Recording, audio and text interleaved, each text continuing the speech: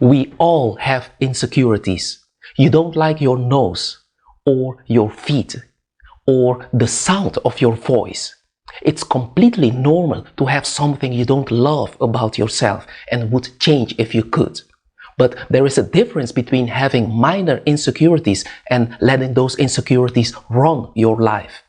Let's dive into it.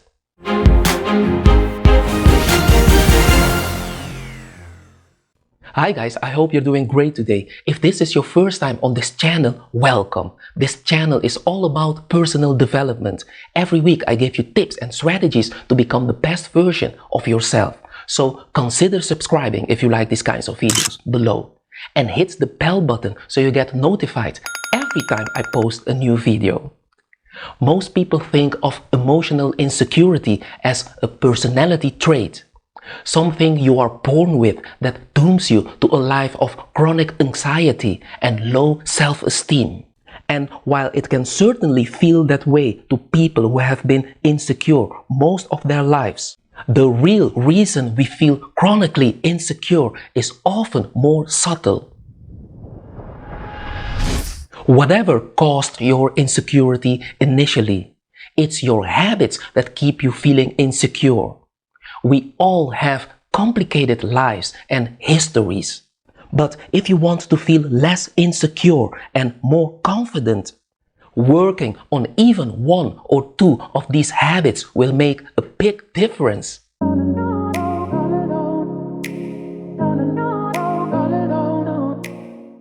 Criticizing others. The capacity to be critical is not always a bad thing. After all, to navigate life successfully, we have to be able to analyze the people, problems, and situations in our lives so that we can make good decisions. For example, a good way to end up in an unhappy marriage is to not think critically about the person you are about to marry. But here is the thing. While the ability to be critical is an important skill, like anything, it can be taken too far. Insecure people often use criticism of others as a way to feel better about themselves. People who are insecure consistently feel bad about themselves, and often they don't know how to feel better in a healthy or productive way. So they often resort to criticizing others.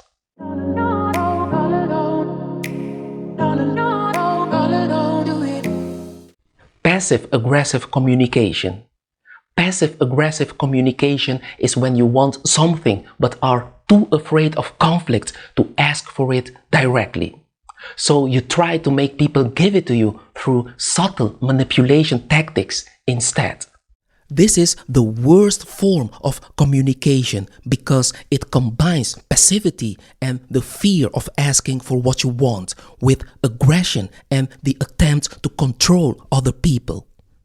Passive-aggressive people disguise their aggression so they don't have to take responsibility for it.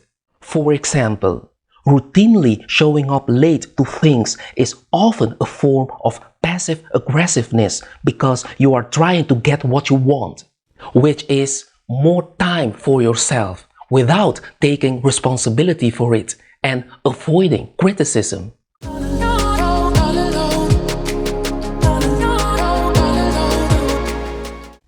They turn everything into a competition. Have you ever had a conversation with someone where no matter what you say, they have to one-up you with a better story or accomplishment?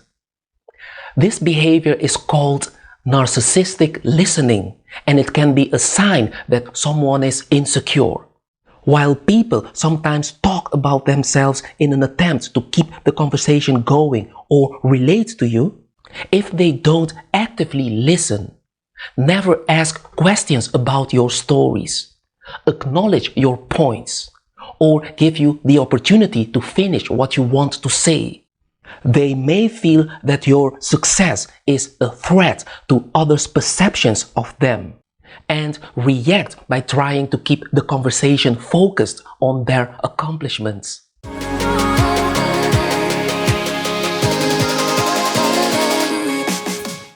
They put other people down, Some secretly insecure people put others down to feel better about themselves. They might do this publicly or behind someone's back, or put you down in passive-aggressive ways during your conversations with them. This might take the form of aggressive listening, which is when someone only listens to you to attack you or your points. For example, someone who is insecure about their weight may listen to you happily talk about a shirt you found in a store that you like, and then tell you that you shouldn't waste your money on something that is unflattering because you don't have the right body type for it.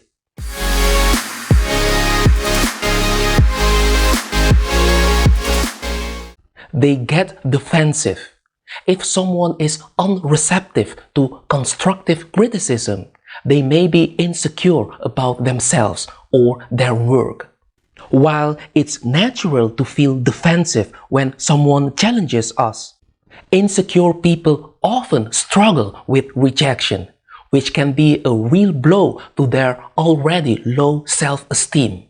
Defense mechanisms are a primal part of social development and can appear in the form of avoidance, deflection, denial of responsibility, or critical information, etc.